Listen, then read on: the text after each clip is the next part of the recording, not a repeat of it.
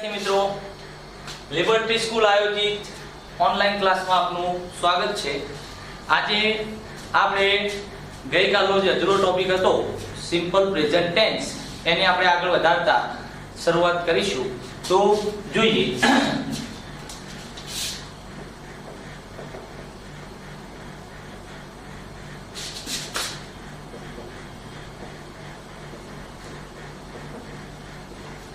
तो આપણને ખબર છે કે આપણે ટેન્સ નો ટોપિક ચાલતો હતો, એમાં પહેલો ટેન્સ હતો આપણો સિમ્પલ પ્રેઝન્ટ ટેન્સ।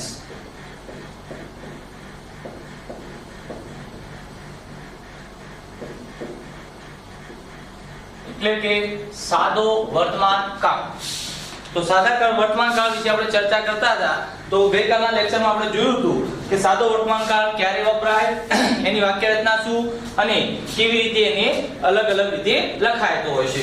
તો આપણને ખબર છે તો એ પ્રમાણે આપણે જોઈએ તો સિમ્પલ પ્રેઝન્ટ ટેન્સ નો ઉપયોગ ફરીવાર આજે કહી દઉં કે રોજિંદી ક્રિયાઓ, ટેવવશ ક્રિયાઓ, ગણિત વિજ્ઞાનના નિયમો, સિદ્ધાંતો અને કયો હતો રજૂ કરવા માટે અથવા તો આ બધું આપણે વર્તમાન કાળમાં દર્શાવી શકાતું હોય છે। બીજું એનાથી આગળ આપણે કહેવા જઈએ તો સૌથી વધારે જો યુઝ થતો હોય, ઉપયોગ થતો હોય બોલચાલ ભાષામાં તો એ સાદો વર્તમાન કાળ છે મિત્રો। જોઈએ એની આપણી વાક્ય રચના જોઈ હતી। તો એ વાક્ય રચનાની અંદર આપણે એવું કીધું હતું કે જો કર્તા તરીકે આપણી પાસે બે પ્રકારના કર્તા હતા। એક હતો આઈ, વી, યુ અને ધે અને બહુવચન ના। અને બીજા પ્રકારના કર્તા આપણી પાસે હતા તો એ હતા કયા? તો હી, શી અને ઈટ અને એક વચન ના। આમ આપણે બે પ્રકારે કર્તાનો વિભાજન કરેલું હતું।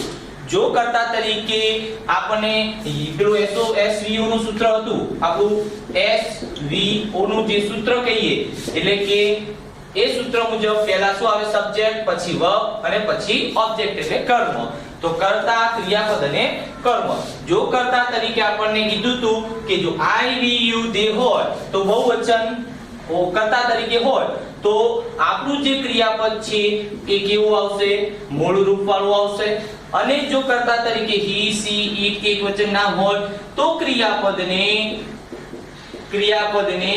એસ કે યસ પ્રત્યય લાગે એવું આપણે ગઈકાલે જણાવ્યું હતું। તો જોઈએ મિત્રો, તો આપણને ગઈકાલે મેં તમને કીધું હતું કે બે એસ ક્યારે લગાડો અને ઈએસ ક્યારે લગાડો એ આપણે આજના ટોપિકમાં જોવાનું છે। તો જોઈએ કોઈ પણ ક્રિયાપદને જો કર્તા તરીકે આ હોય તો તમારે કોઈ ક્રિયાપદ જે હોય એનું એ મૂકવાનું, મૂળ રૂપ વાળું ટુ વગરનું। ટુ મૂકવાનું નથી, ટુ કોઈ પણ ક્રિયાપદમાં મૂકવાનું નથી। આ તો ખાલી તમારી સમજ માટે અહીંયા મૂક્યું છે। પણ જો કર્તા તરીકે હી, સી અને ઈટ હોય તો આપણે શું કીધું છે અહીંયા? જેમ કે કીધું હતું કે આપણે મૂળ રૂપ એટલે પ્લે અને અહીંયા આપણે શું કીધું હતું? પ્લેસ કરવું પડે આ કરતા હોય। અહીંયા આપણે ઈટ કરીએ તો અહીંયા આપણે કરવું પડે ઈટ્સ। તો આ નિયમ મુજબ અલગ અલગ બદલાતા જાય છે એસ કે એસ। અહીંયા ગો લખીએ તો અહીંયા શું થશે? ગોઝ। અહીંયા એસ લાગશે તો અગાઉ એસ લગાડ્યો, આ વખત આપણે એસ લગાડ્યો। એવી રીતે કહીએ આપણે ટ્રાય, પ્રયત્ન કરવો તો અહીંયા થશે ટ્રાઇસ। વાય નો આઈ કરીને એસ કર્યો તો તમે જોઈ શકો છો મિત્રો કે અહીંયા મૂળ રૂપ આવે છે પણ અહીંયા ક્રિયાપદને ઘણીવાર એસ પણ લગાડીએ છીએ અને એસ પણ લાગે છે। તો યાદ રાખવાનું આઈ, વી, યુ, ધે બહુવચન નામ એટલે મૂળ રૂપ, હી, સી, ઈટ એકવચન નામ એટલે કે એસ છે એસ વાળું। જોઈએ હવે આપણને પ્રશ્ન થાય કે ક્રિયાપદને એસ ક્યારે લગાડો અને એસ ક્યારે લગાડો તો એના નિયમો આપણે અહીં બોર્ડ ઉપર લખેલા છે મિત્રો, તો જોઈ શકો છો। તો જુઓ એસ કે એસ ના નિયમો ક્યારે લગાડો તો જુઓ કોઈ પણ ક્રિયાપદ સામાન્ય રીતે કોઈ પણ ક્રિયાપદને આપણે આમ તો એસ પ્રત્યય લગાડી દેવાનો। કોઈ પણ નિયમ લાગુ ન પડતો હોય તો આપણે સીધો એસ લગાડી દેવાનો। નિયમ લાગુ પડતા હોય તો આપણે એ કરવાનું, પણ નિયમ કોઈ લાગુ ન પડતા બીજા આ જે લખેલા છે તો આપણે સીધો જ એસ લગાડી દેવાનો આ કરતા સાથે, હી, સી, ઈટ સાથે। તો જોઈએ તો જેમ કે વોક છે તો આપણે એનું શું કરી નાખ્યું? વોક્સ। ટુ ટોક છે તો એનું કરી નાખીએ ટોક્સ અને ટુ વર્ક છે તો એનું કરી નાખીએ વર્ક્સ। આમ સામાન્ય રીતે આપણે શું લગાડી દીધો? S S S. સામાન્ય રીતે આપણે મોટા ભાગે એસ લગાડી દેવાનો। પણ મિત્રો યાદ રાખવાનું કે જો ક્રિયાપદને અંતે કીધું છે, જો ક્રિયાપદને અંતે ડબલ એસ આવતા હોય, એસ એસ એટલે ડબલ એસ આવતું હોય SH આવતો હોય, CH આવતો હોય, X આવતો હોય કે O આવતો હોય તો આપણે એ ક્રિયાપદને કયો પ્રત્યય લગાડી દેવાનો પાછળ es પ્રત્યય લગાડવાનો એટલે આપણે જે s લગાડવાનો ક્યારે ને es ક્યારે લગાડવાનો એનો બીજો નિયમ એવું કહે છે પહેલો નિયમ એવું કહે છે કે સામાન્ય રીતે આપણે શું કરી નાખવાનું ક્રિયાપદને s પ્રત્યય લગાડી દેવાનો બીજું જો વોક નું વોક્સ કરી નાખ્યું ટોક નું ટોક્સ કરી નાખ્યું વોક નું વોક્સ કરી નાખ્યું બરાબર મિત્રો એનાથી નેક્સ્ટ આપણે બીજા નિયમ ઉપર જઈએ તો બીજો નિયમ એવું કહે છે મિત્રો કે ડબલ s હોય જો ક્રિયાપદને પાછળ અંતે અને sh હોય ch હોય x કે o આપેલ હોય તો આપણે સીધું આની પાછળ es પ્રત્યય ઉમેરવાનો જો આપણે એક્ઝામ્પલ જોઈએ અહીંયા ક્રોસ છે તો તમે જોઈ શકો છો આ ક્રોસ ની અંદર પાછળ જો ક્રિયાપદ ક્રોસ એટલે પસાર કરવું એક જગ્યાએથી બીજી જગ્યાએ જવું આ ક્રિયા છે તો આ ક્રિયાની અંતે શું આવ્યું જુઓ આપણે નિયમ મુજબ ડબલ s કીધા છે તો ડબલ s આયા તો આપણે જો કરતા તરીકે હી સીટ હોય તો આપણે એને શું કરવાનું હી સાથે કે સી સાથે કે એક સાથે એકવચન નામ સાથે ક્રોસ સીસ શું કરી નાખવાનું ક્રોસ સીસ તો ક્રોસ તો હતું જ પણ આપણે વધારાનું શું મેં દીધું es પ્રત્યય લગાડી દીધો એવી જ રીતે પુશ છે તો પુશ ની અંદર પણ જો sh આપેલો છે ઉપરના નિયમમાં sh કે છે અહીંયા પણ sh છે તો આપણે કરી નાખીએ પુશિશ ખ્યાલ આવી ગયો મિત્રો એના પછી આપણે કહે છે જો ક્રિયાપદની અંતે ch હોય તો કેચ એટલે પકડવું પુશ એટલે દબાવવું ધક્કો મારો અને કેચ એટલે પકડવું તો એની અંદર છેલ્લે જુઓ ક્રિયાપદની અંતે ch છે તો કેચ નું કરી નાખીએ કેચિસ ખ્યાલ આવી ગયો મિત્રો એનાથી આગળ ગો તો જો ક્રિયાપદની અંદર x કે o આપેલા હોય છેલ્લે તો આ ગો ની અંદર જો o છેલ્લે છે તો ગો નું કરી નાખીએ es લગાડવો પડશે ગોસ કારણ કે આપણે શું લગાડવાનું છે એવા ક્રિયાપદની અંતે આ શબ્દો હોય તો es લગાડવાનો છે એના પછી કીધું છે ફિક્સ નક્કી કરી નાખવું ફિક્સ કરી નાખવું તો ફિક્સ કરીએ તો ફિક્સ ની અંદર પણ છેલ્લે શું છે x આપેલો છે આપણો નિયમ પણ x નું કહે છે તો સીધો શું મેં દઈએ ફિક્સિસ ખ્યાલ આવી ગયો મિત્રો તો નિયમ નંબર 1 સીધું જ ક્રિયાપદને s લગાડવાનો નિયમ નંબર 2 એવું કહે છે જો ક્રિયાપદની અંતે double s sh ch x કે o આપેલ હોય કોઈ પણ ક્રિયાપદને અંતે એટલે છેલ્લે જોવાનું તો તમારે સીધું શું મેળવી દેવાનું es પ્રત્યય લગાડી દેવાનો નિયમ નંબર 3 તરફ આગળ વધીએ આપણે જો ક્રિયાપદને અંતે y કયો અક્ષર કીધો છે y ની વાત કરીએ છીએ આપણે આ જો y હોય અને y ની આગળ વ્યંજન હોય વ્યંજન એટલે તમને ખબર પડે છે અંગ્રેજી અંદર આપણને ખબર છે કે 5 સ્વર છે કેટલા છે 5 સ્વર છે કયા a e i o અને u આ 5 સિવાય બાકીના બધા શું કહેવાય વ્યંજન કહેવાય તો આપણને એવું ક્રિયાપદ જોવાનું કે એ ક્રિયાપદની છેલ્લે શું આવતો હોય ક્રિયાપદને અંતે y હોય અને y ની આગળ વ્યંજન હોય વ્યંજન એટલે કે a e i o u સિવાયનો કોઈ પણ અક્ષર હોય તો આપણને શું કહે છે y નો i કરીને es પ્રત્યય લગાડવાનો આમાં es પ્રત્યય લગાડવાનો નિયમ કેવો છે તો સ્ક્રીન શોટમાં યાદ રાખવાનું આ બધી વ્યાખ્યા તો બરાબર છે પણ આપણે સીધું ખ્યાલ રાખવાનું ક્રિયાપદને અંતે y આવતો હોય અને y ની પહેલા વ્યંજન હોય તો વ્યંજન એટલે આપણને અક્ષર ખબર હોવા જોઈએ કે e i o u સિવાયના કોઈ પણ અક્ષર y પહેલા આવતો હોય તો y નો i કરી આપણે es પ્રત્યય y કાઢી નાખવાનો અને એનો i કરવાનો અને છેલ્લે શું મેળવવાનું es પ્રત્યય લગાડી દેવાનો આ es લગાડવાનો આ નિયમ છે જોઈએ ફરીવાર વ્યાખ્યા સમજાઈ દઉં જો ક્રિયાપદની અંતે શું હોય y અને y ની આગળનો અક્ષર કયો હોય તો વ્યંજન હોય વ્યંજન એટલે e i o u સિવાયના બધા વ્યંજન કહેવાય તો વ્યંજન હોય તો y નો i કરવાનો અને es પ્રત્યય લાગે તો જેમ કે આપણે એક ઉદાહરણ અહીંયા લીધું છે એક્ઝામ્પલ ટ્રાય એટલે પ્રયત્ન કરવો એ ક્રિયાપદ છે તો ટ્રાય છે તો ટ્રાય ની અંદર જો છેલ્લે y આવ્યો તો આપણે y છે અને y ની આગળ વ્યંજન તો r શું કહેવાય try તો y r શું કહેવાય y ની આગળનું વ્યંજન તો આના અર્થ શું કરવાનું તો tr તો લખવાનું પણ y નો કાઢી નાખી અને i કરી es સીધો નિયમ એવી રીતે ટ્રાય તો છેલ્લે y આવ્યો એના પહેલા r શું કહેવાય વ્યંજન કહેવાય તો વળે પાછું આપણે cr તો લખીએ પણ y કાઢી એનો i કરી અને es એવી રીતે કેરી એટલે ઉચકવું તો y છે y ની પહેલા એક શું છે વ્યંજન છે r તો વળે પાછું આપણે ca ડબલ r તો લખવાનું પણ y નો i કરી અને es કેસ તો આ રીતે કર્તા તરીકે ઈ સીટ એ કે વચન નામ હોય તો તમારે આ રીતે s કે s લગાડવાનું ખ્યાલ આવી ગયો તો નિયમ નંબર 3 આવું કહે છે નિયમ નંબર 4 જો ક્રિયાપદને અંતે y હોય, આનો આ જ નિયમ, ક્રિયાપદને અંતે અહીંયા y હતો, આમાં પણ ક્રિયાપદને અંતે શું હોય y, પણ અહીંયા શું કીધું છે ક્રિયાપદને અંતે y હોય ને આગળનો અક્ષર વ્યંજન હોય, પણ અહીંયા આપણને શું કીધું છે ક્રિયાપદને અંતે y હોય અને એની આગળ સ્વર હોય. અહીંયા શું કીધું છે આપણને સ્વર હોય તો સીધો જ તમારે s લગાડવાનો. અહીંયા es કીધો છે પણ અહીંયા શું કીધું છે s.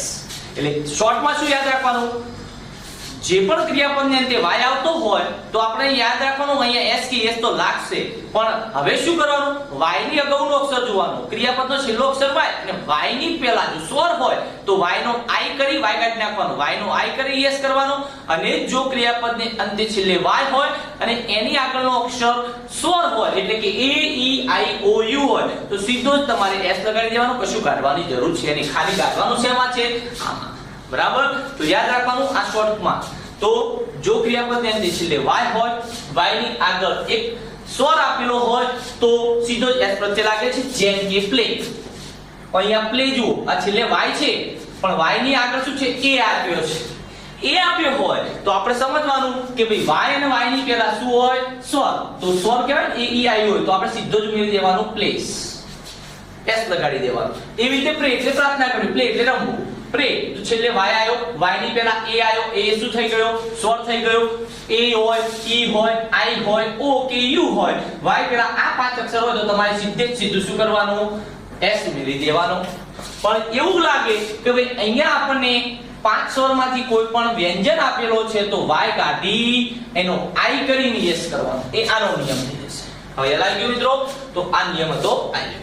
એનાથી આગળનો નિયમ એવું કહે છે જો ક્રિયાપદને અંતે ઈ હોય તો ફક્ત s પ્રત્યય, તો કોઈ પણ ક્રિયાપદ એવું લાગે કે છેલ્લે ઈ આવી ગયો છે તો આપણે સીધું જ શું કરવાનું s પ્રત્યય ઉમેરી દેવાનું. જેમ કે રાઈટ છે તો આપણે કરી નાખીએ રાઈટ, ઈ ઉધી તો હતું તો આપણે શું કરી નાખવાનું s. લાઈક છે તો એમાં પણ ઈ ઉધી હતું તો આપણે કરી નાખીએ લાઈક્સ. તો આવા કોઈ ઈ આપેલો હોય તો આપણે સીધો s પ્રત્યય ઉમેરવાનો થાય છે. બીજા પદ રૂપે કંઈક બદલાવ થતો હોય તો એ અલગ વસ્તુ છે. બરાબર, અને આ બધા બદલાવ ક્યારે કરવાના s કે s ના, જો આ ખાસ યાદ રાખવાનું, જે યાદ રાખવાનું છે આપણું હવે છે કે જ્યારે he she it કે એકવચન નામ હોય તો જ આ s કે s ના નિયમ લાગુ પડે છે મિત્રો. બાકી તમારે કોઈમાં s કે s લગાડવા જવાનું નથી, મૂળ રૂપ જ મૂકી દેવાનું છે. આપણે યાદ શું રાખવાનું કે સાદા વર્તમાન કાળમાં જો કર્તા તરીકે કયો કાળ કીધો છે સિમ્પલ પ્રેઝન્ટ ટેન્સ, સાદો વર્તમાન કાળ, એટલે કે એમાં જો કર્તા તરીકે કયો હોય he she it કે એકવચન નામ હોય, જેમ કે બોય કે અરુણ કે વિજય કે આવું એકવચન નામ હોય તો જ તમારે ક્રિયાપદને કર્તા સાથે s કે s ઉમેરવાનું. બાકી કોઈ કર્તાને તમારે s કે એટલે કશું કરવાનું નથી, સીધું ટુ વગરનું મૂળ ક્રિયાપદ, અમારે ટુ મૂકવાનું નથી પાછું, અહીંયા પણ અહીંયા ટુ વગરનું એકલું ક્રિયાપદ મૂકવાનું છે. બરાબર, તો આ વિકલ્પ તમને ખ્યાલ આવી ગયો છે, જોઈ શકો છો. તો સિમ્પલ પ્રેઝન્ટ ટેન્સ ના કર્તા જે આપણી SVO ની વાક્ય રચના છે, કઈ વાક્ય રચના કે ભાઈ કે કર્તા પ્લસ ક્રિયાપદ પ્લસ કર્મ અને અન્ય શબ્દ અને છેલ્લે ફૂલ સ્ટોપ. તો આ વાક્ય રચનામાં જો કર્તા તરીકે આ હોય તો અહીંયા ક્રિયાપદ મૂળ રૂપ વાળું મૂકવાનું, જો કર્તા તરીકે he she it કે વચન નામ હોય તો જે પણ ક્રિયાપદ લગાય છે એને આપણે s કે s લગાડવાનો. અને આ s કે s નિયમ ક્યારે લાગે તો પહેલો નિયમ સામાન્ય રીતે s પ્રત્યય લાગે છે. બીજો નિયમ એવું કહે છે જો ક્રિયાપદની અંતે ડબલ s ch x કે o આપેલા હોય તો સીધો જ s પ્રત્યય લાગે છે. એનાથી ત્રીજો નિયમ એવું કહે છે કે કોઈ પણ ક્રિયાપદની અંતે y હોય અને y ની પહેલા જો એક જ વ્યંજન એક સ્વર આગળ આવેલ ગયેલો હોય તો આ r છે એ સ્વર વ્યંજન છે, તો વ્યંજન આપેલો હોય તો આપણે y નો i કરીને s પ્રત્યય લાગે છે. એ જ રીતે આગળનો નિયમ એવું કહે છે જો ક્રિયાપદને અંતે y હોય અને y ની પહેલા સ્વર આપેલો હોય તો સીધો આપણે s લાગે છે. બીજો આગળનો નિયમ એવું કહે છે કે જો ક્રિયાપદને અંતે e આવતો હોય છેલ્લે તો આપણે સીધો s પ્રત્યય ઉમેરવાનો થાય છે. મિત્રો ખ્યાલ આવી ગયો? તો તમને ખ્યાલ આવવો જોઈએ કે ભાઈ આપણે કર્તા સાથે આપણે s કે s લગાડવાનો છે, પણ ઓન્લી ફોર ફક્ત ને ફક્ત કર્તા તરીકે કયા સર્વનામ હોય he she it હોય કે એકવચન નામ હોય ત્યારે જ. બરાબર, અથવા તો કોઈ એકવચન તમારા કે મારા જેવાનું નામ હોય ત્યારે. તો યાદ રાખજો, આટલે સુધી આ ટોપિક આપણે રાખવાનો છે. તો આના પછી આપણે આ એસકેએસ ના ઈએસ ના નિયમો યાદ રાખજો, કારણ કે તમારે આની સાથે સાથે બીજી ઘણી જગ્યાએ પણ કામ આવશે. તો આ ટોપિક આપણે અહીંયા સુધી રાખીશું. નેક્સ્ટ વાક્યો સાથે આપણે ફરી મળીશું. તો હવે તમારે યાદ શું રાખવાનું, કોઈ પણ વાક્ય હોય તો વાક્યની અંદર પહેલા તમારે, જેમ કે હું એક એક્ઝામ્પલ લખું છું, જોઈ શકો છો તમે.